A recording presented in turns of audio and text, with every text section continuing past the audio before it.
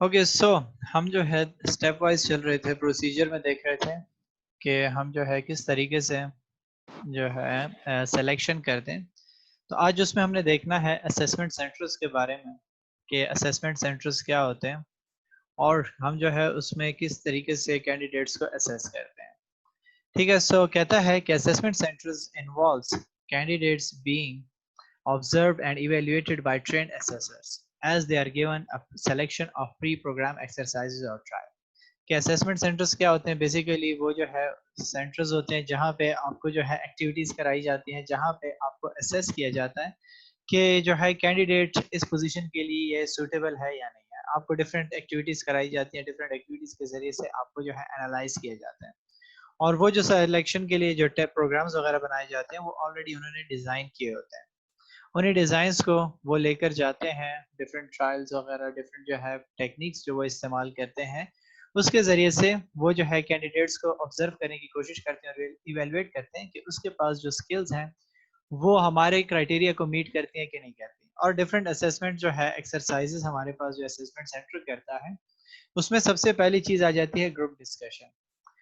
आपको जो है एक टॉपिक दे दिया जाता है या एक केस दे दिया जाता है और उस पे आपको कहा जाता है कि आप क्या करो, इस पे ग्रुप डिस्कशन करो। ठीक है, वो आपके साथ जो है एज ए ग्रुप डिस्कशन करवाते हैं एक इशू पे या एक प्रॉब्लम पे कि आप जो है इसको डिस्कस करो, कोई इसका सोल्यूशन निकाल के लाओ। क्योंकि अगर हम देखें तो उनका जो है अगर मकसद एक प्रोजेक्ट में आपको इन्वॉल्व करना है, तो प्रोजेक्ट इन्वॉल्वेशन में आपके लिए जो है ग्रुप एक्टिविटीज, ग्रुप डिस्कशंस बहुत इंपॉर्टेंट होती है।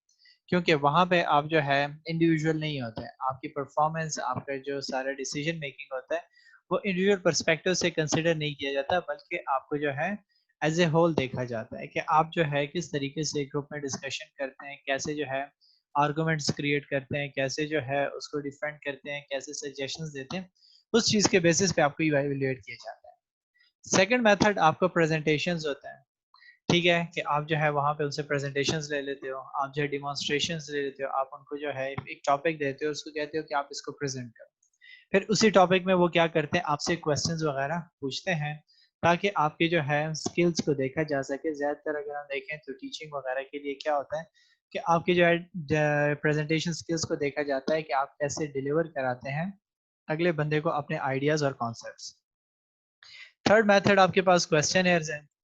क्वेश्चन जो है आप क्या करते हो, क्वेश्चन मैंने आपको कहा था जैसे आपके एमसीक्यूज होते हैं, तो ये भी जो है एमसीक्यूज टाइप ही होते हैं और आपको जो है डिफरेंट किस्म के टॉपिक्स रिलेटेड या जो है अपने फील्ड रिलेटेड क्वेश्चंस पूछे जाते हैं कि आप उसको किस तरीके से आंसर करते हो। और मैंने आपको कहा था कि इसमें डिफरेंट केसेस इन्वॉल्व हो सकते हैं कि अगर वो जो है मैनेजमेंट पोजीशन के लिए आपको जो है इवेलुएट करना चाहते हैं, तो आपको कहेंगे कि आप जो है अगर मैनेजर हो और इस जो है मैनेजर की पोजीशन पे बैठे हुए और अगर आपका जो है इस किस्म का ऑर्गेनाइजेशन में इशू कोई आ जाता है तो आप उसको कैसे मैनेज करोगे। ठीक है, तो इस किस्म की सिचुएशन होती है। सिमुलेशंस होती हैं डिफरेंट किस्म की, आपकी जो है कंप्यूटर बेस्ड, ठीक है, टेक्निक्स हम यूज करते हैं कंप्यूटर के बेस्ड जो है हम एक्टिविटीज करवाते हैं, उसको हम जो है सिमुलेशंस कहते हैं। आपसे कहा जाता है कि आप क्या करो, जो है आप अपने जो है कैंडिडेट को कहते हो कि आप जो है वर्चुअल ट्रेनिंग आप उनको देते हो। ठीक है, आप जो एक ऐसे मेथोडोलॉजी क्रिएट करने की कोशिश करते हो जिसके ज़रिए से आप क्या करते हो कि आप जो है चाहते हो कि वो बंदा जो है ऑर्गेनाइजेशन के बारे में जो है जान सके, ठीक है, अपने स्किल्स को एनहांस कर सके। जिसमें हम जो है कहते हैं कि आप जो है क्या कर सकते हो कि उनको जो है कॉर्पोरेट सिचुएशन देते हो कि आप जो है किस तरीके से बिजनेस की सिचुएशन को हैंडल करोगे, किस तरीके से जो है अपने मैनेजमेंट की स्किल को वहाँ पे शो करोगे और आप जो है उस सिचुएशन को सॉल्व करने की कोशिश करते हो।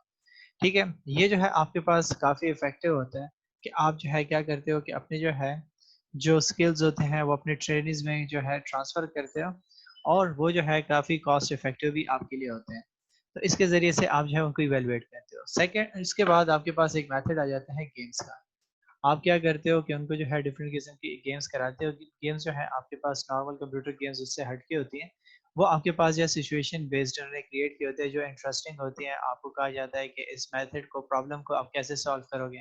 ठीक है, जैसे हम जो है लॉजिकल आर्गुमेंट्स वगैरह क्रिएट करते हैं। तो इसमें भी जो है हम क्या करते हैं कि जो है कैंडिडेट्स को गेम्स देते हैं, वो जो है उन चीज़ों को सॉल्व करने की कोशिश करते हैं। कुछ रिसर्च जो है अरसा पहले पीडीसीएल वालों ने जो है गेम्स के ज़रिए से जो है कैंडिडेट्स को इवैल्यूएट करने की कोशिश की थी। कि हम जो है किस तरीके से कैंडिडेट्स को हायर कर सकते हैं, एक अच्छा जो है कैंडिडेट हमें मिल सकता है। तो उन्होंने जो है डिफरेंट गेम की सिचुएशन दी होती थी कि एक बंदा वहाँ पे जा रहा है, तो वहाँ पे जो है इशू आ जाता है लाइटनिंग का, या रोड जो है वहाँ पे किसी प्रॉब्लम की वजह से टूट जाता है या आफत आ जाती है। तो आप जो है उस सिचुएशन को कैसे हैंडल करोगे? ठीक है, तो वो जो है इस किस्म की एक्टिविटीज करवाते थे उनसे कि आप जो है किस तरीके से इन चीज़ों को जो है इवेलुएट करते हो। फिर उसके बाद जो आपके पास स्पीचेस आ जाती हैं, आप जो है अगर उनको चेक करना चाहते हो कि एज ए जो है लीडर आपको बंदा चाहिए, तो वो किस तरीके से इंस्पायर करता है, वो किस तरीके से लोगों को जो है अ, अपनी तरफ अट्रैक्ट करने की कोशिश करता है, किस तरीके से लोगों को मोटिवेट करता है, तो आप उनको स्पीच वगैरह वो कराते हो। पीयर रेटिंग आ सकती है कि आपके जो है लेवल पे अपने जो डिफरेंट किस्म के कोलीग्स बैठे हुए हैं, वो आपको किस तरीके से रेट करते हैं, किस तरीके से आपको मार्क करते हैं। सेल्फ अप्रेजल, आपको कहा जाता है कि अपने आप को खुद अप्रेज करो, अपने आप को खुद इवेलुएट करो, आप अपने आप को कितने मार्क्स देते हो। ठीक है, तो आप जो है खुद को इवेलुएट करने की कोशिश करते हो, डिफरेंट एस्पेक्ट से वो आपसे जो है क्वेश्चन पूछते हैं। आप उसमें जो अपने जो है अंदर करेक्टरिस्टिक्स जो मौजूद है, जो स्किल्स मौजूद है, उसको देखते हो और फिलअप करने की कोशिश करते हो। फिर आप उनको जो है रोल प्ले एक्सरसाइजेस कराते हो। रोल प्ले एक्सरसाइजेस भी काफ़ी इंटरेक्टिव होती है, उससे जो है थोड़ा सा आपका कैंडिडेट जो होता है वो मेंटली भी जो है एक्टिव होता है, फिजिकली भी एक्टिव होता है। आप उनको कहते हो कि लेट्स से आप जो है उनको कहते हो कि जैसे आप जो है कम्युनिकेशन में कराते हो। ठीक है, कम्युनिकेशन में जब वो आप प्रैक्टिस कराते हो या जो है उनको कम्युनिकेशन बैरियर के बारे में बताते हो, तो आप उनको कहते हो कि जी एक लाइन में ठहर जाओ। फिर जो है पहले है सर पे एक बंदा ठहरा होता है, उसको एक बात बता देते हो, उसको कहते हो कि जी इसको स्प्रेड करते जाओ। तो वो लास्ट बंदे तक जब पहुंचती है तो वो बात जो है चेंज हो चुकी होती है। तो इस किस्म की आप उनको जो है एक्टिविटीज करा सकते हो, या फिर आप जो है उनको मैनेजर का रोल दे देते हो और बाकी को जो है सबऑर्डिनेट्स का कि जी अब आप जो है ऑर्गेनाइजेशन को किस तरीके से चला रहे हो, किस तरीके से ऑपरेट करते हो, उनसे ये पूछा जा सकता है। रिटन टेस्ट मोस्ट कॉमन हमारा जो गवर्नमेंट के टेस्ट वगैरह होते हैं, वो क्या करते हैं, या जो है ईटा वगैरह आपका तो होता है, जो वो क्या था कि वो जो है सारे के सारे जो है रिटन टेस्ट थे, जिसके जरिए से असेसमेंट सेंटर वाले आपको इवेलुएट करते थे और उनको पहले से ही वो टेस्ट प्रोवाइड किया जाता था। तो इसलिए कहता है कि जी assessor will be looking for evidence that candidates have certain abilities that are important in the job they have applied for. These criteria will change from job to job but may include leadership or communication skills. ठीक है, कि आपके जो है क्या होता है कि आपके डिफरेंट एबिलिटीज वगैरह को चेक करने के लिए डिफरेंट एस्पेक्ट से वो देखते हैं। और वही बात मैंने आपको कहा कि जॉब टू जॉब वेरी करते हैं। ठीक है, कि कहीं की जॉब के लिए जो है रिटन टेस्ट इंपॉर्टेंट है, तो कहीं पे जो है प्रेजेंटेशन इंपॉर्टेंट है, कहीं पे स्पीचेस इंपॉर्टेंट है, कहीं पे जो है आप क्या करते हो कि सिमुलेशन के ज़रिए से उनको चेक करने की कोशिश करते हो। और कहता है कि ज़्यादातर जो एक्टिविटीज़ इसमें इन्वॉल्व होती हैं, वो लीडरशिप और कम्युनिकेशन पे होती है, क्योंकि कम्युनिकेशन आपको जो है बहुत ही इम्पोर्टेंट है कि आप जो है किस तरीके से उनको अटैच करने की कोशिश करते हो, उनको कैसे लेकर जाते हो। मज़ीद इन्होंने जो है असेसमेंट सेंटर को एक्सप्लेन किया हुआ है, कहता है कि the assessment centre is really a combination of many forms of selection. Group of around 6 to 10 candidates are brought together for 1 to 3 days of intensive assessment, as well as being multi-method. Other characteristics of assessment center are they use several assessors and they assess several dimensions of performance required in the higher level position. ठीक है, कि ये ज्यादातर activities जो है आपके higher level position के लिए वो चेक करने की कोशिश करते हैं। और 6 से 10 कैंडिडेट्स को लिया जाता है, उनको ग्रुप एक्टिविटीज कराई जाती है, उनको हर एंगल से चेक किया जाता है, क्योंकि अगर एक मैनेजर आपको चाहिए तो आप जो है उसको ब्लाइंडली नहीं लोगे। आप क्या करोगे, उसको इवेलुएट करोगे कि वो जो है स्ट्रेस में कैसे डिसीजन लेता है, वो जो है नॉर्मल सिचुएशन में ऑर्गेनाइजेशन को कैसे रन करता है, अगर वो उसको जो है लीडर बना दिया जाता है, टीम में जो है उसको भेजा जाता है, तो वो कैसे परफॉर्म करता है। और इसके जो है कुछ फायदे होते हैं, जिसमें पहली बात ये कहता है कि high degree of acceptability and user confidence. क्योंकि है कि इसको लोग पसंद भी करते हैं इस किस्म की एक्टिविटीज को, और इससे जो है उनके अंदर कॉन्फिडेंस आ जाता है कि जब वो इस पोजीशन पे बैठेंगे तो वो जो है बेहतर तरीके से काम कर सकेंगे। Avoidance of singular bias, assessor bias, अगर आप एक बंदे को बिठा देते हो वही उसको इवेलुएट करता है, तो वो जो है हो सकता है कि उसके अगेंस्ट जा सकता है, उसके अगेंस्ट जो है बायस डिसीजन ले सकता है। लेकिन जब 6 से जो है या 4-5 दिन जो है आप मुसलसल डिफरेंट लोगों के जरिए से उसको इवेलुएट करोगे, तो हर बंदे की डिफरेंट राय आपके पास आएगी, एक बंदे की राय पे आप डिसीजन नहीं लोगे। उसके बाद कहता है कि reliability and predicting potential success if the system is well conducted. कि आपके जो है सिस्टम ने प्रॉपर तरीके से अगर काम किया हुआ है, ऑनेस्टी के साथ, इंटीग्रिटी के साथ उन्होंने काम किया हुआ है, तो फिर आप जो है एक्सपेक्ट कर सकते हो कि आपको जो है एक अच्छा बंदा जो है मिल सकता है, और वो जो है आपके फ्यूचर में काम आएगा। उसके बाद कहता है कि the development of assessor the development of skills in the assessor which may be useful in their own managerial responsibilities. और आप क्या करते हो कि जो असेसर बैठा होता है वो भी, उसके भी तो स्किल्स एनहांस हो रहे होते हैं, वो भी तो एक किस्म की ट्रेनिंग ले रहा होता है। जब उनको ट्रेनिंग दे रहा है तो इट मीन्स कि वो भी कुछ नया लर्न कर रहा है, वो भी जो है कुछ फ्रूटफुल लर्न कर रहा है, तो उसके अपने जो है रिस्पॉन्सिबिलिटीज भी जो है मैनेजरियल वो भी जो है बेहतर होना शुरू हो जाती है और एनहांस हो रही है। लास्ट में कहता है कि benefits to assist individuals including experience of managerial supervisory situation, opportunity for self assessment and job relevant feedback and opportunity to discuss career prospect openly with senior management. और उनको जो है ओपन बेनिफिट मिल जाता है किस चीज़ का, कि वो ओपनली किस तरीके से अपने प्रॉब्लम्स को शेयर करते हैं। ठीक है, उनको जो है खुद को असेस करने का मौका मिल जाता है और उनको डायरेक्टली जो है रिस्पॉन्स भी मिल जाता है, फीडबैक भी मिल जाता है कि वो इस पोजीशन पे कैसे काम करते हैं, किस तरीके से जो है वो जा रहा है, क्या जो है वो फ्यूचर में इस पोजीशन पे काम कर सकता है कि नहीं कर सकता, इसको खुद के बारे में भी अंदाजा हो जाता है।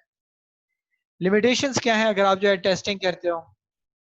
कहता है कि टेस्टिंग वेदर इन ग्रुप और as individual has several drawbacks. अगर आप जो उनके टेस्ट वगैरह लेते हो तो उसके कुछ नुकसान भी होते हैं। हमने कहा कि जैसे ये फायदे होते हैं इस तरीके से कुछ नुकसान भी हैं। पहली बात कहता है कि there is often no direct relationship between ability in the test and ability in the job itself. ये हो गया। अक्सर हमारे हमारे जो है अगर आप देखें टेस्ट वगैरह जितने भी लिए जाते हैं कमीशन वगैरह के, वो क्या होते हैं, वो जो है आपसे मैट्रिक एफएससी के लेवल के पूछ रहे होते हैं। यहाँ पे बंदा जो है पोजीशन उसकी होती है वो 18 ग्रेड 19 ग्रेड की ऑफिसर की पोजीशन होती है और आपका जो है एजुकेशन वो भी जो है दूसरे फील्ड का होता है, तो वो उसके साथ कोई मैच नहीं खा रहा होता और आपका जो है जो एबिलिटीज होती हैं वो जो टेस्ट की जा रही है वो दोनों मैच नहीं हो रही होती। इसके बाद कहता है कि they are subject to coaching and practice efforts. और ये जो है आपकी कोचिंग पे भी डिपेंड करता है। अगर आप प्रॉपर तरीके से कोचिंग और प्रैक्टिस कर लो तो आप जो है सीख सकते हो। उसके अपनी जो है जैसे ईटा की प्रैक्टिस और जितनी कोचिंग अच्छे तरीके से आपकी होगी उतना ही आप उसको इजीली क्लियर कर सकते हो। ठीक है, तो इस तरीके से क्या हो सकता है कि जिस बंदे की कोचिंग वगैरह ना हो तो वो विदाउट कोचिंग उसको क्लियर ही नहीं कर सके, चाहे उसमें जो है वो सब कुछ उसको आता भी हो। नेक्स्ट कहता है interpretation of test result is often complex and requires training experience. तो जो है जो अगर आप सेल्फ असेसमेंट वगैरह के टेस्ट आप ले रहे हो तो उसमें फिर थोड़ी सी प्रॉब्लम ये हो जाती है कि वो जो है अगला बंदा खुद को जो है इवेलुएट नहीं कर पाता। वो जो है वो उसके रिजल्ट को नहीं देख सकता कि जी मुझे किस बेसिस पे रिजेक्ट किया गया या किस बेसिस पे मेरे मार्क्स कम आए, क्या चीज़ें मेरी गलत थी, वो जो है उसको पता नहीं चलता। ठीक है, इसके लिए अगर उसके पास स्किल्स होंगी, ट्रेनिंग होगी, तो तभी जाके वो अपने आप को इवेलुएट कर सकेगा। फिर कहता है कि many test can be highly subjective specially personality test. आपके ज्यादातर टेस्ट जो है वो सब्जेक्टिव होते हैं, पर्सन टू पर्सन वेरी करते हैं। तो हर बंदा अपने एस्पेक्ट से उसको फिलअप करता है, तो आपके पास कोई एग्जैक्ट आंसर नहीं आता कि जिसके जरिए से आपको कि मेरे आंसर ठीक हो सकते हैं, मेरे आंसर गलत हो सकते हैं, तो आप अपने आप को जज ही नहीं कर सकते। लास्ट में कहता है कि it may be difficult to exclude biases from the test. आपके पास जो है सबसे इंपॉर्टेंट बात क्या हो जाती है कि आप जो टेस्ट में से बायसनेस को नहीं हटा सकते, क्योंकि जो बंदा इसको चेक कर रहा है वो अगर थोड़ा सा भी बायस्ड होगा तो उसके जो है डिसीजन आपके अगेंस्ट जा सकते हैं और आप इसको जो है प्रॉपर तरीके से इवेलुएट भी नहीं कर सकते, ना ही टेस्ट करा सकते हो कि जी मुझे जो है क्यों रिजेक्ट किया गया। नेक्स्ट जो इंपॉर्टेंट चीज होती है रेफरेंसेज है। आपके रेफरेंसेज क्यों चेक किए जाते हैं? ठीक है, अगर आप जो है क्या करते हो कि गवर्नमेंट वगैरह की पोजीशन के लिए करते हो या एक आध जो है मल्टीनेशनल ऑर्गेनाइजेशंस जो होती हैं वो आपके जो है रेफरेंसेस को भी चेक करते हैं, जो आप सीवी में भी मेंशन करते हो कि जी मेरे रेफरेंसेस ये हैं। अक्सर लोग उसको लिख लेते हैं कि जी will be provided on demand. तो रेफरेंसेस किस लिए चेक किए जाते हैं? कहता है कि the purpose of references is to confirm facts about candidate and increase the degree of confidence felt about information they provided during the selection process. कि थोड़ा सा आपको अंदाजा हो जाता है कि इस बंदे ने जो आपको इन्फॉर्मेशन दी हुई है वो किस हद तक ठीक है और किस हद तक ठीक नहीं है। तो आप उसको जज करने में भी आपको जो है मदद मिल जाती है कि जिस बंदे ने इसकी गारंटी ये दे रहा है या रेफरेंस ले रहा है आप उससे भी कंफर्म कर सकते हो कि वाकई ये बंदा वहां पे इनरोल था या प्रीवियसली इसने जो काम किया था ये जो है उस तरीके से उस पोजीशन पे रह चुका है कि नहीं हो चुका। रिकमेंडेशन लेटर या इस तरीके से रेफरेंसेस आप जो है क्या करते हो जब बाहर कंट्रीज के लिए जाते हो तो वो आपके जो है उसको चेक करते हैं कि ये बंदा जो है वाकई इस पोजीशन पे काम करता था कि नहीं करता था। So कहते हैं कि references should contain two types of information. First, straightforward factual information confirming the nature of applicant's previous job, period of employment, pay and circumstances of living. कि पहले आपकी रेफरेंस किसके बेसिस इन बिहाफ पे होनी चाहिए कि आप जो है क्लियर कट इन्फॉर्मेशन उनको दो, रियल इन्फॉर्मेशन दो कि आप प्रीवियस जहाँ पे काम करते थे, आपकी सैलरी क्या थी, आप किस पोजीशन पे रहते थे और आप काम कैसे करते थे। सेकंड, किस लिए आप रेफरेंसेस देते हो कि opinions about the applicant's personality and other attributes, though these are open to bias and should therefore be treated with caution. कि आपको जो है उसके बारे में इंफॉर्मेशन वगैरह तो मिल जाएगी कि हाँ ये यहाँ पे काम करता था, इतना अर्सा काम किया, ये जो है रिस्पॉन्सिबिलिटीज थी, लेकिन जब आप उसके बारे में ओपिनियन लेते हो कि यार मुझे जो है जरा उसकी पर्सनैलिटी के बारे में बता दो, आपके साथ काम करता था तो ये वर्किंग कंडीशन में कैसा होता था, इसका रिस्पॉन्स कैसे होता था, एम्प्लॉइज के साथ कैसे होता था, तो यहाँ पे जो है थोड़ी सी जेलसी फैक्टर्स वगैरह इन्वॉल्व हो सकते हैं। तो इसलिए कहता है कि थोड़ा सा आपको फिर यहाँ पे जो है केयरफुली जज करना होगा कि अगला बंदा जो है वो बाइस तो आपको नहीं कर रहा, वो आपको जो है गलत उसके बारे में इंफॉर्मेशन तो या मिसगाइड तो करने की कोशिश नहीं कर रहा। इसलिए कहते हैं कि many organization ask for minimum 2 references including references from past employers as well as personal reference which is likely to be more biased in favor of the candidate। ठीक है, कहता है कि आपसे जो हमेशा 2 रेफरेंसेस मांगे जाते हैं अगर आप जो है जॉब वगैरह के लिए करते हो, तो वहां पे आपसे कहा जाता है कि जी एक जो है प्रीवियस एम्प्लॉयर का दें, एक आप जो है क्या करें अपने पर्सनल रेफरेंस दें, आपके रिलेटिव्स वगैरह का कि कोई अच्छी पोजीशन पे एग्जीक्यूटिव पोजीशन पे हो आप उसका रेफरेंस दे सकते हो। तो एक आपके फेवर में हो सकता है, दूसरा जो है हो सकता है कि आपके अगेंस्ट हो जाए, जो आपका जो प्रीवियस एम्प्लॉयर था वो नेगेटिव हो सकता है, वो आपके अगेंस्ट जो है बाइस डिसीजन ले सकता है। सो कहते हैं कि references will useful have to be viewed with caution. है फायदेमंद आपके लिए रेफरेंसेस उसको देखना, लेकिन आपको एहतियात से देखना होगा। हो सकता है कि दोनों जो है उसके अपने ही बंदे और वो आपके जो है ओवर हाईली वो कर दें, या हो सकता है कि वो जो है उसकी तरफ बाइस्ड हो। सो कहते हैं कि allowances must be made for, ठीक है कि आपके अलाउंसेस किसके लिए बनाओगे, प्रेजुडिस, ठीक है क्या आप देखोगे कि जी सिचुएशन जो है उसके लिए फेवरेबल है कि नहीं है। चैरिटी, ठीक है, विद होल्डिंग डेट्रीमेंटल रिमार्क्स, आप जो है क्या करोगे उसकी जो है चैरिटी को देखोगे कि हालात वगैरह कैसे करते हैं, आप उसको जो है कोई खास जो है मार्क्स वगैरह उस पर नहीं देखोगे, रिमार्क्स नहीं दोगे कि हाँ ये जो है क्या करता है कि इस तरीके से जो है चैरिटीज वगैरह करता है, या जो है ये बड़ा नेक बंदा है, मुझे इन चीज़ों के बिहाफ पे इसको देखना चाहिए। तो आप क्या करोगे प्रॉपर तरीके से जो है इन चीज़ों को अलाउ करोगे, और अगर ये जो है इन चीज़ों में इन्वॉल्व है, जैसे आपकी जो है क्या हो जाता है कि जो है फॉरेन कंट्रीज में आप जो है जब देखते हो तो वो एक एक चीज पे आपको जो इवेलुएट करता है। ठीक है, आप जो है क्या करते हो अगर एक मल्टीनेशनल कंपनी के लिए जो है अप्लाई करते हो, तो वो क्या करती है वो आपको इवेलुएट करती है कि आप चैरिटीज वगैरह करते हो कि नहीं करते हैं। ठीक है, आपने जो है कोई फेवरेबल डिसीजन लिए थे या अनफेवरेबल सिचुएशन में काम किया था, अगर हमारे यहाँ देखें तो गवर्नमेंट क्या करती है वो आपको देखती है कि जी आपके जो है प्रीवियसली कोई केस वगैरह तो आप पे नहीं है, इन चीज़ों को देखा जाता है। ठीक है, तो इन चीज़ों को जो है देखना बड़ा इंपॉर्टेंट है। ठीक है, आप जो है उसकी चैरिटी को देखोगे उसके जो है डेट्रीमेंटल नहीं हो गया कि आप उसको जो है नुकसान हो उसके अगेंस्ट कीजिए, ये जो है क्या चाहे खैरात वगैरह करता है या ये करता है, आपका अपना उसके साथ कंसर्न है। Fear of being actionable for liable, although references are privileged as long as they are factually correct and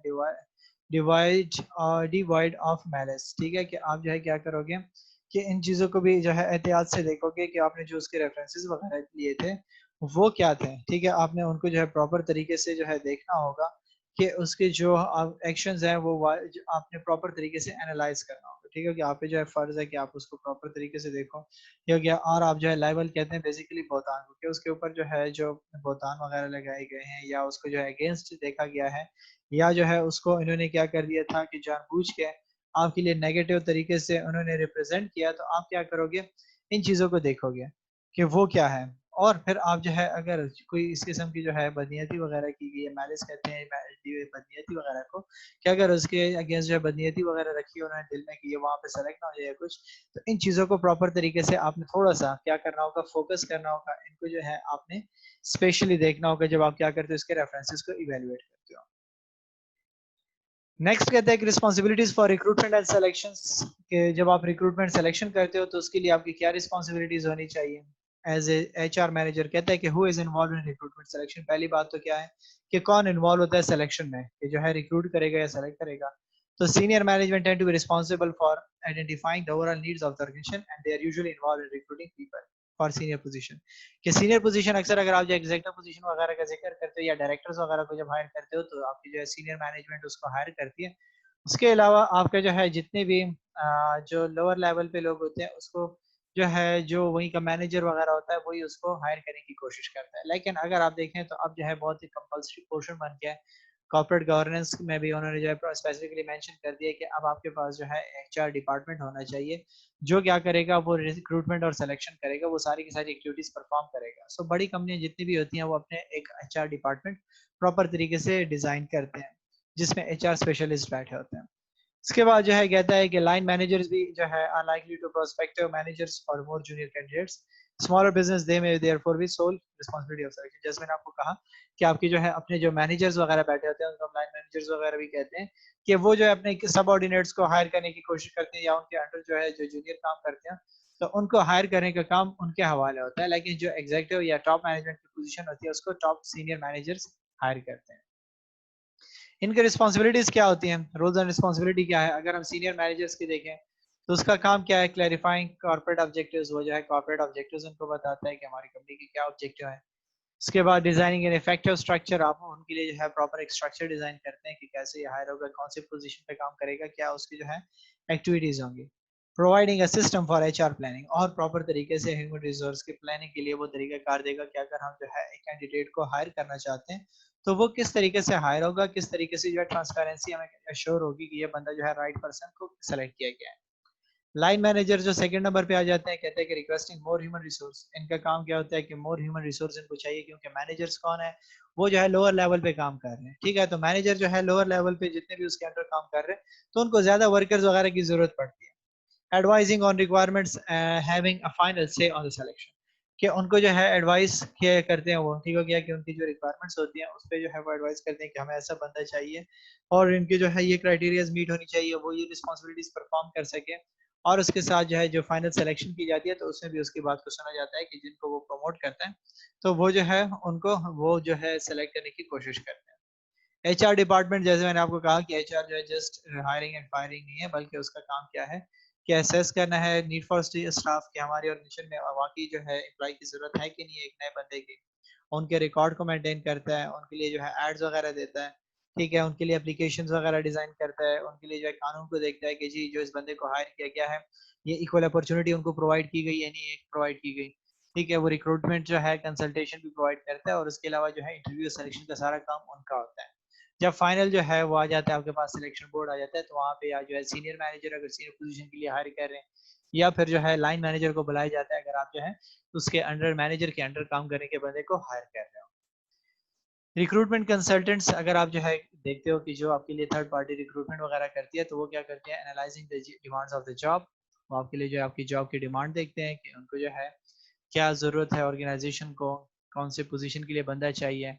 advising on और helping with the job analysis, जब आप जो जॉब डिस्क्रिप्शन और स्पेसिफिकेशन डिजाइन करें उसमें आपको हेल्प कर सकते हैं कि जी हम जो है वो क्योंकि वो स्पेशलाइज्ड है इसके लिए थर्ड पार्टी है।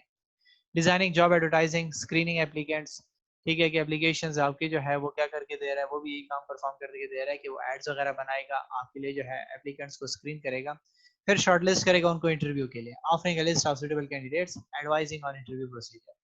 और फिर आपको जो है जब आपका इंटरव्यू का टाइम आ जाएगा तो वो जो है आपके सारे के सारे रिजल्ट जो है हैंड ओवर कर देंगे उनको, कि अब जो है इंस्टीट्यूट का अपना काम है या ऑर्गेनाइजेशन का अपना काम है कि किसको वो सेलेक्ट करते हैं।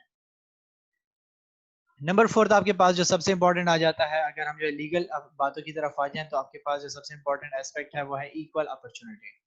कि इक्वल अपॉर्चुनिटी क्या है? Equal opportunity refers to believe that there should be an equal chance for all workers to apply and be selected for jobs, to be trained and promoted in employment and to have employment terminated fairly. ठीक है? कि आपकी सबसे बड़ी जो है ये जो इक्वल अपॉर्चुनिटी की जो हम बात करते हैं, जो लीगलिटी जो उन्होंने दी हुई है आपको इसलिए दी हुई है कि जो बंदा आप हायर कर रहे हो उसको जो है सबको जो है इक्वल अपॉर्चुनिटी मिल जाए, चाहे वो मेल है या फीमेल, अगर वो इस पोजीशन के लिए जो है एलिजिबल हो सकती है तो आप उसको अपॉर्चुनिटी प्रोवाइड करोगे और आप उन सबको जो है एक तरह से ट्रीट करोगे।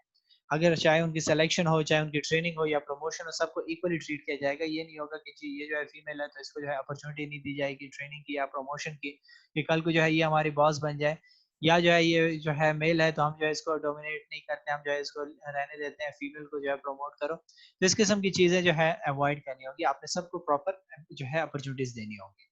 और अगर वो जो है जब उसको निकाल रहे हो तो फेयरली तरीके से निकाला जाएगा, उसको जो है जो राइट बनता होगा आप उसको फुलफिल करोगे। So the two main principles of equal opportunities are employer should only discriminate according to ability, experience and potential। अगर आप जो है डिस्क्रिमिनेशन करते हो, बाइसनेस क्रिएट करने की कोशिश करते हो तो इस चीज पे डिस्क्रिमिनेट कर सकते हो कि उसकी एबिलिटी और एक्सपीरियंस में फर्क है। लेट्स से एक बंदे का 10 साल एक्सपीरियंस है, एक बंदे का 2 साल एक्सपीरियंस है, तो अब आप डिस्क्रिमिनेट कर सकते हो कि जो है 10 साल वाले को प्रेफरेंस दे दो क्योंकि उसके पास स्किल्स हैं, एक्सपीरियंसेस हैं और आप चाहते हो कि हमें एक्सपीरियंस बनना चाहिए। सेकंड कहता है कि all employment decisions should be based solely on one person ability to do the job in question with no consideration being taken of a person's gender, age, religion, sexuality, disability or marital status। कि आप जो है इन चीज़ों पे decision नहीं लोगे कि आप जो है उसको देखो कि जी ये जो है मेल है, ये फीमेल है, या जो है इसकी एज ज़्यादा है, इसकी एज कम है, या जो है क्या है कि ये दूसरे रिलीजन का है, बल्कि आपका मेन काम क्या है कि वो जो स्किल्स आपको चाहिए वो इसके पास है कि नहीं, और जो इंटरव्यू में आप उससे क्वेश्चन पूछ रहे हो वो उसको आंसर कर सकता है कि नहीं कर सकता।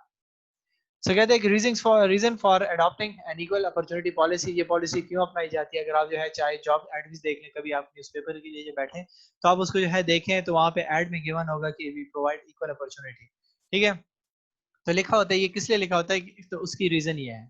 फर्स्ट बात, it is morally wrong to treat parts of the population as inferior और इनएडिक्वेट, क्योंकि ये जो है आपकी क्या है कि आप जो है पॉपुलेशन को सही तरीके से ट्रीट ना करो, किसी को जो है प्रायोरिटी दो, किसी को प्रायोरिटी नहीं होता कि जी ये पठान है, ये सिंधी है, ये बलोची है, इन चीज़ों पे जो है आप उनके साथ बायसनेस करो।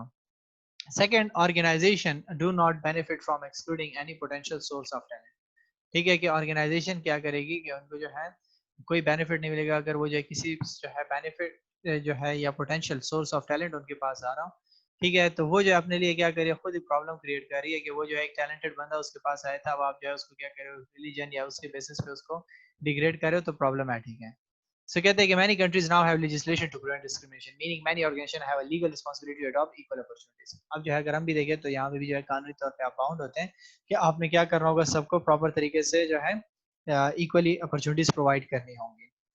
लास्ट में कहता है कि जी the organisation will be able to improve its image as a good employer, helping to attract and retain staff and build customer loyalty. कि अगर आप जो है कस्टमर की लॉयल्टी क्रिएट करना चाहते हो तो उसके लिए सबसे इंपॉर्टेंट चीज क्या है कि आप जो है क्या करो, इक्वल अपॉर्चुनिटी दो सबको।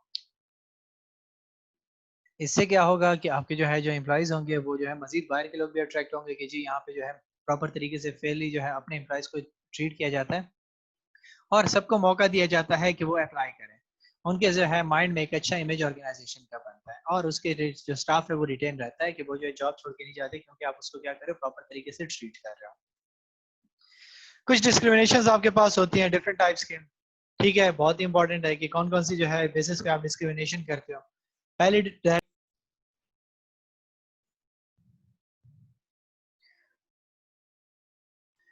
ओके सो आप क्या कर सकते हो कि एक आपके पास आ जाती है डायरेक्ट डिस्क्रिमिनेशन। आप क्या करते हो कि डायरेक्टली जो है उनको डिस्क्रिमिनेट करने की कोशिश करते हो, जिसके बारे में मैंने क्या कहा हुआ है, कहता है कि direct discrimination this occurs when employees treats an employee less favourably, कि एम्प्लॉयर क्या करता है कि उसको लेस फेवरेबली ट्रीट करता है देन अदर्स, ठीक है? कि चाहे जो है जेंडर हो या जिस बेसिस पे आप उसको जो है क्या करते हो, डिस्क्रिमिनेट करने की कोशिश करते हो डायरेक्टली कि यार जो है ये इस इलाके का है, ये इस कलर का है, या जो है इस मजहब का है, इन चीज़ों पे इसको डिस्क्रिमिनेट करते हैं। जैसे उन्होंने फॉर एग्जांपल कहा हुआ है कि if a driving job was openly open to male applicants this would be direct discrimination, कि जैसे ड्राइविंग की जो है जॉब है तो कहता है कि ड्राइविंग जो है फीमेल्स भी कर सकते हैं, तो सिर्फ अगर आप उसको कहते हो कि अवेलेबल ओनली फॉर जो है फीमेल्स, तो इट मींस कि आप जो है डिस्क्रिमिनेशन डायरेक्टली कर रहे हो, कि मींस कि फीमेल जो है ड्राइविंग कर नहीं सकती, आप उनको जॉब अपॉर्चुनिटी नहीं प्रोवाइड कर रहे। सो कहते हैं कि दिस में be allowed by law in certain high tightly defined circumstances, कि ये जो है गवर्नमेंट ने आपको जो है लीजिबल जो है वो छोड़ी हुई अलाउ किया हुआ है, ठीक हो गया, लेकिन फिर भी उसके लिए कुछ ना कुछ आपको जो है क्या होती है, डायरेक्शंस दी होती हैं। जैसे हमारे मुल्क में है तो आपके जो है क्या होता है कि माइनॉरिटी का अपना कोटा रखा गया है, ठीक है? तो उसको फिर भी अलाउ किया गया, लेकिन इतना ओपनली अलाउ नहीं किया गया कि आप सारे जो है माइनॉरिटीज को जो है जॉब दे दो, बल्कि आपको स्पेसिफिक क्राइटेरियाज दिए गए हैं जिसकी बेसिस पे आपने क्या करा होता है, उनको अपॉर्चुनिटी देनी होती है। सेकंड है indirect discrimination. This occurs when a working condition or rule disadvantages one group of people more than another. For instance, a requirement for male employee to be clean shaven would put some religious groups at a disadvantage. कि आप क्या कर लो कि जी उनको जो है indirect discrimination करो, आप जो है उनको ये ना कहो कि जी जो है मुसलमान यहाँ पे अलाउड नहीं होंगे, आप उसको कह दो कि हम जो है क्लीन शेव लोगों को यहाँ पे छोड़ेंगे। तो आप क्या कर रहे हो कि दूसरों को नुकसान दे रहे हो, आप जो है डायरेक्टली उसके साथ इन्वॉल्व नहीं हो रहे, आप उसको ये नहीं कह रहे कि हम मुसलमानों को अपॉर्चुनिटी दे रहे हैं, बल्कि आप उसको कहते हो कि जी दाढ़ी वाले लोग जो है जॉब के लिए नहीं आएंगे, वो दाढ़ी हटा दें। तो अब आप क्या कर रहे हो, इनडायरेक्टली उसका डिस्क्रिमिनेशन शो कर रहे हो। इट मींस कि आप उनको जो है अलाउ नहीं करते कि वो यहाँ पे आ जाए। सो कहते हैं कि indirect discrimination is often illegal unless it is necessary for working for the business and there is no way around it। तो क्या कहता है कि ये जो है टोटली इलीगल है, ठीक है? कि आप जो है एक बंदे को कह दो कि जो है दाढ़ी वाले नहीं आएंगे, तो इसका क्या मकसद है? ठीक है, दूसरे बंदे को आप कह दो कि जी शलवार कमीज में आप उसमें नहीं आओ, तो अब वो भी तो उसका ड्रेस है। लेकिन अगर आपके ऑर्गेनाइजेशन का प्रॉपर ड्रेस कोड है, ठीक है, और आप चाहते हो कि वो ड्रेस कोड में आए, तो आप उसको जो है फिर कहोगे कि जी हमारा जो है ये ड्रेस कोड है, आप इसमें आओगे। लेकिन अगर आप एक बात बंदे को जो है टारगेट करने की कोशिश करते हैं तो वो जो है अलाउड नहीं है। थर्ड आपके पास विक्टिमाइजेशन है। ठीक है, कि this means an employer treating an employee less favourably because they have made or tried to make a complaint about discrimination. ठीक है, कि अगर किसी ने जो है क्या कर दिया, शिकायत कर दी कि जी ये जो है ट्रीट नहीं कर रहे प्रॉपर तरीके से हमें, तो आप क्या कर रहे हो कि उसके जो है आपको पता चल गया कि इस बंदे ने हमारे अगेंस्ट शिकायत की थी, तो आपके लिए प्रॉब्लम बनाना शुरू कर देते हैं, आपको जो है हर जगह पे तंग करते हैं, आपको जो है प्रॉब्लम्स आपके लिए क्रिएट करना शुरू कर देते हैं। तो नाउ दिस इज विक्टिमाइजेशन, कि आप उसको विक्टिम बना देते हो, निशाना बना देते हो कि बस हम इसके साथ जो है आप देखेंगे क्योंकि उसने हमारे अगेंस्ट शिकायत की थी। So कहते हैं कि you may have heard of the term positive discrimination. This refers to the practice of giving preference to protected groups such as ethnic minorities, older workers, or women. This is not also not permitted under most legislation. कि आप कहीं पे जो है positive discrimination करते हो कि जी females हैं तो इसलिए हम इनको priority दे रहे हैं या इनको खास एक working environment दे रहे हैं, या जो है ये बूढ़े हैं तो हम इनको जो है प्रायोरिटी दे रहे हैं कि वो जो है लिफ्ट से आएंगे और जितने भी जो यंग हैं वो जो है जो है वो सीढ़ियों की तरफ से आएंगे, स्टेयर्स यूज करेंगे। नाउ दिस इज जो है डिस्क्रिमिनेशन है। तो कहते हैं कि इनको जो है पॉजिटिव डिस्क्रिमिनेशन दिया हुआ है, लेकिन स्टिल कुछ जो है जगहों पे कुछ कंट्रीज में जो है ये अलाउड नहीं है। तो ये हमारे पास जितने भी लॉज वगैरह होते हैं ये कंट्री टू कंट्री वेरी करते हैं। ठीक है, आप स्पेसिफिकली ये नहीं कह सकते कि इस पूरे दुनिया में जो है इस तरीके से सिस्टम चल रहा है, बल्कि कहीं पे जो है वो चीज अलाउड होती है, कहीं पे जो है वो अलाउड नहीं होती। तो ये डिपेंड करती है country to country, region to region जो है ये वेरी करती है। उसके बाद कहता है कि द लीगल पोजीशन, ठीक है, कि आपके पास जो है लीगल पोजीशन क्या है इसके, कहता है कि employment legislation varies significantly from country to country but typically prevents discrimination in various areas। जैसे मैंने आपको कहा कि आपके जो है क्या है कि कंट्री टू कंट्री आपके जो है कानून सारे चेंज होते रहते हैं कि आपने एम्प्लॉय को कैसे हायर करना है। तो इसके जो है आपके कुछ चीजें जो है ऐसी हैं जिस पे आप जो है डिस्क्रिमिनेशन जो है आपको रोकना होगा। पहले आपके पास क्या है, selection of candidates to interview और अप्लाई। ठीक है, कि आप सिलेक्शन से लेकर के जो है इंटरव्यू तक उसके साथ कोई जो है डिस्क्रिमिनेशन नहीं करोगे। ठीक है, सेकंड बात कहता है कि प्रोविजंस ऑफ प्रमोशन ट्रेनिंग और अदर बेनिफिट्स, अगर आप जो है बेनिफिट्स दे रहे हो एक सेम पोजीशन पे एक बंदे को वो बेनिफिट्स हैं, दूसरे को आप नहीं दे रहे, नाउ दिस इज डिस्क्रिमिनेशन, ये अलाउड नहीं है। ठीक है, वर्किंग कंडीशंस, आपने एक अच्छी कंडीशंस दी है, दूसरे को जानबूझ के जो है सही कंडीशंस नहीं प्रोवाइड की, एक गंदे माहौल में आपने उसको रखा हुआ है। ठीक है, प्रॉब्लम क्रिएट कर रहे हैं उसके लिए जानबूझ के, तो वो भी एक आपके लिए जो है अलाउ नहीं है। डिसमिसल और अदर डिसएडवांटेजेस, कि आप एक बंदे को निकाल देते हैं या जो है कोई और उसको जो है नुकसान देने की कोशिश करते हैं या उनसे और जो है प्रिविलेजेस ले लेते हो, तो ये चीजें अलाउड नहीं है, आप इन चीजों पे जो है डिस्क्रिमिनेशन नहीं कर सकते। सो यूके के हिसाब से अगर हम देखें, कहता है कि in the UK this legislation Outlast discrimination based on, UK में किस चीज पे आपके जो है जो है डिस्क्रिमिनेशन को वो जो है आउटलॉ कर दिया है, वो पहली चीज है एज है। ठीक है, कि एज के बेसिस पे आप जो है डिस्क्रिमिनेशन नहीं कर सकते। ठीक है, सेकंड आपके पास क्या कहता है कि आपने जो है डिसेबिलिटी को देखना होगा। ठीक है, डिसेबिलिटी अब जो है बाय नेचुरल चीज है, अब आप इसके बेसिस पे किसी के साथ जो है डिस्क्रिमिनेशन करो तो ये आपके लिए जो है प्रॉपरली गलत बात है। ठीक है, कि आप जो है उसको कहो कि जो है आप माजूर हो, हम आपको नौकरी नहीं देंगे। अब अगर एक बंदा ऐसा काम है कि कंप्यूटर बेस्ड है, आप क्या कर देते हो कि जो है कंप्यूटर बेस्ड काम के लिए आपको बंदा चाहिए, तो वो तो सारा दिन कुर्सी पे बैठा रहेगा। तो अब एक बंदे के पास जो है कान है, मेरे उसके जो है काम कर सकता है, कंप्यूटर पे स्किल्स हैं उसके पास, तो वो तो उसके सीट का काम है तो वो तो कर सकता है उसको, तो आप उसको जो है क्या कर सकते हो, जो है डिस्क्रिमिनेट नहीं कर सकते। उसके बाद कहता है जेंडर रीअसाइनमेंट, कि आप जो है उनको जेंडर बेस्ड पे जो है वो करने की कोशिश करो कि जी ये जो है मेल है या ये जो है फीमेल है, आप इस बेसिस पे नहीं आ सकते, इनको जो है क्या करते हो, हम कहते हैं उसको टारगेट डिस्क्रिमिनेट करने की कोशिश करते हो। इसके बाद कहता है कि आप जो है किस चीज़ पे फोकस करते हैं, मैरिज एंड सिविल पार्टनरशिप, कि आप जो है मैरिज अक्सर जो है कुछ जगहों पे कहा जाता है कि जी उनके लिए जो है कह देते हो कि आप जो है मैरिज कर चुके हो तो हम आपको अलाउ नहीं करेंगे जो है सिर्फ सिंगल बंदे जो है अप्लाई करें, या जो है वो इन लिवन हो जैसे बाहर मुल्कों में होता है, तो उन चीज़ों पे आप इसको डिस्क्रिमिनेट नहीं कर सकते, क्योंकि आप प्रेगनेंसी एंड मैटरनिटी लीव पे जो है उनको प्रॉब्लम नहीं क्रिएट कर सकते, रेसिज्म नहीं कर सकते, रिलीजियस और बिलीव्स, सेक्स जेंडर बेसिस पे आप उनको नहीं कर सकते, और सेक्सुअल ओरिएंटेशन पे आप इनको जो है टारगेट नहीं कर सकते। ठीक है, तो आपने जो है क्या करना होता है कि यूके लॉ ने जो है इन चीज़ों को गैर कानूनी करार दिया हुआ है कि अगर आप इन चीज़ों से निकल के जो है डिस्क्रिमिनेशन क्रिएट करने की कोशिश करोगे तो ये जो है आपके लिए अलाउड नहीं है। आपने क्या करना होगा, इन चीज़ों को अवॉइड करनी होगी जब आप क्या करोगे, एक बंदे को सेलेक्ट करोगे। सो यहाँ तक अगर आपका कोई क्वेश्चन है तो मुझसे पूछ सकते हैं।